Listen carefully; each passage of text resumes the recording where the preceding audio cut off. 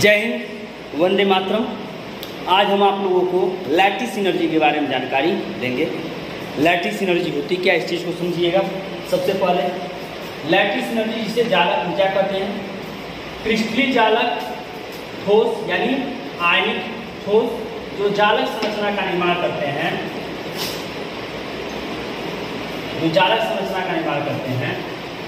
वही आपके unit cell भी कहलाते हैं। इसे एकक कोशिकाएं कहते हैं जो मिलकर के एक लंबी जालक संरचना का निर्माण करते हैं। यहाँ पे हम जब जालक ऊर्जा की बात कर रहे हैं तो ऊर्जा की वह मात्रा जो किसी आणविक क्रिस्टल, एक मोल आणविक क्रिस्टल ले लीजिए, या आणविक अणुओं को उनके घटकों धनात्मक और ऋणात्मक में तोड़ देते हैं या तोड़ दे, जालक ऊर्जा कहलाती है। या आणविक घटकों धनात्मक और ऋणात्मक के जुड़ने से आणविक यौगिक या क्रिस्टल जालक का निर्माण होता है तथा निर्मुक्त ऊर्जा जालक ऊर्जा कहलाती है। इसी को एक्सप्लेन किया गया है इस रूप में, the amount of energy required for breakdown to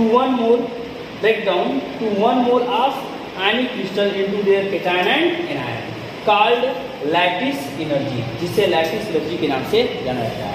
या the amount of energy release during the combination of one cation and one anion to form one mole of ionic crystal called lattice energy. यानी एक मोल आयनिक crystal को उनके धनायनों और ऋणायनों में तोड़ने के लिए आवश्यक ऊर्जा जो लगेगी या ऊर्जा जो लगेगी, ऊर्जा की वह मात्रा ही लैटिस एनर्जी कहलाएगी। और अगर एक मोल आयनिक क्रिस्टल जो आयनों में टूटे हुए हैं धनायन और ऋणायन में, उनके जुड़ने से जो ऊर्जा निर्मुक्त होगी वह ऊर्जा भी लैटिस एनर्जी के नाम से जानी जाएगी। फॉर एग्जाम्पल होता कैसे है, जैसे देख लीजिएगा, अगर हम बात करें सोडियम क्लोराइड NaCl, अगर इसे हम प्लस डेल्टा यू या प्लस यू की बात कर लें तो प्लस यू यानी जो दे रहे हैं एनर्जी तोड़ने के लिए, वह ऊर्जा लैटिस एनर्जी है। और ये टूटेगा Na प्लस Cl माइनस। यहाँ जो ऊर्जा दी गई इसे तोड़ने के लिए, वही ऊर्जा क्या है, लैटिस एनर्जी है। इसी आधार पर हम ये कह लें कि अगर इनके धनायन या ऋणायन जो आपस में जुड़ेंगे, Na प्लस Cl माइनस, इनके जुड़ने से जो क्रिस्टल बनेगा वो होगा NaCl, और एनर्जी रिलीज होगी तो इसे कहेंगे माइनस U। यहाँ जो माइनस U यहाँ दिखाया गया है, ध्यान दीजिएगा, प्लस माइनस U, ये रिलीज अमाउंट ऑफ एनर्जी, ये ऊर्जा की निर्मुक्त मात्रा है, ये भी क्या है, लैटिस एनर्जी। बातें समझिए कि जब NaCl एक मोल आयनिक क्रिस्टल है, ये क्या है, आयनिक क्रिस्टल, इसे तोड़ने के लिए जो एनर्जी दी गई कि अपने धनायन और ऋणायन में टूट जाए, उसी ऊर्जा को हम लैटिस एनर्जी कह रहे हैं। और जब ये टूट रहा है धनायन और ऋणायन में, तो जो ऊर्जा इसको तोड़ने में लगी हुई थी वही लैटिस एनर्जी है।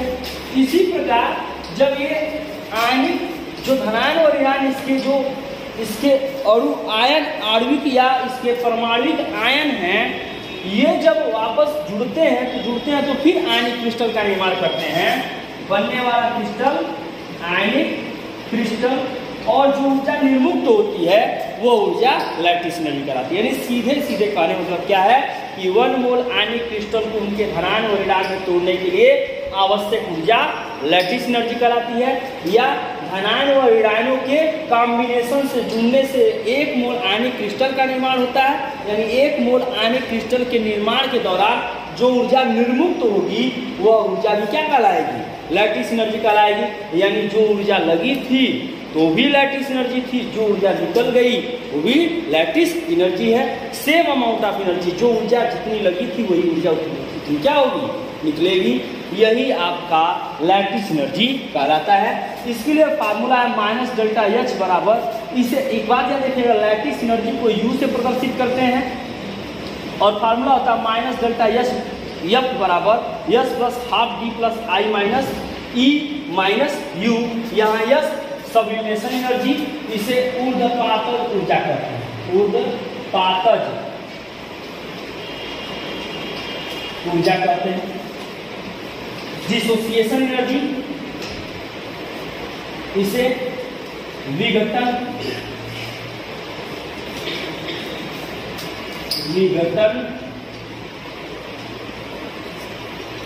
या विखंडन ऊर्जा भी कहते हैं। आयनन पोटेंशियल, इसे आयनन विभव के नाम से जाना जाता है।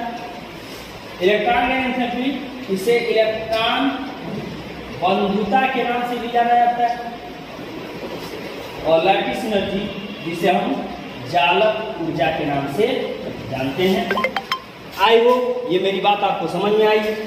इसी आधार पे जो फार्मूला एक और बनेगा, U बराबर S plus 1/2 D plus I minus E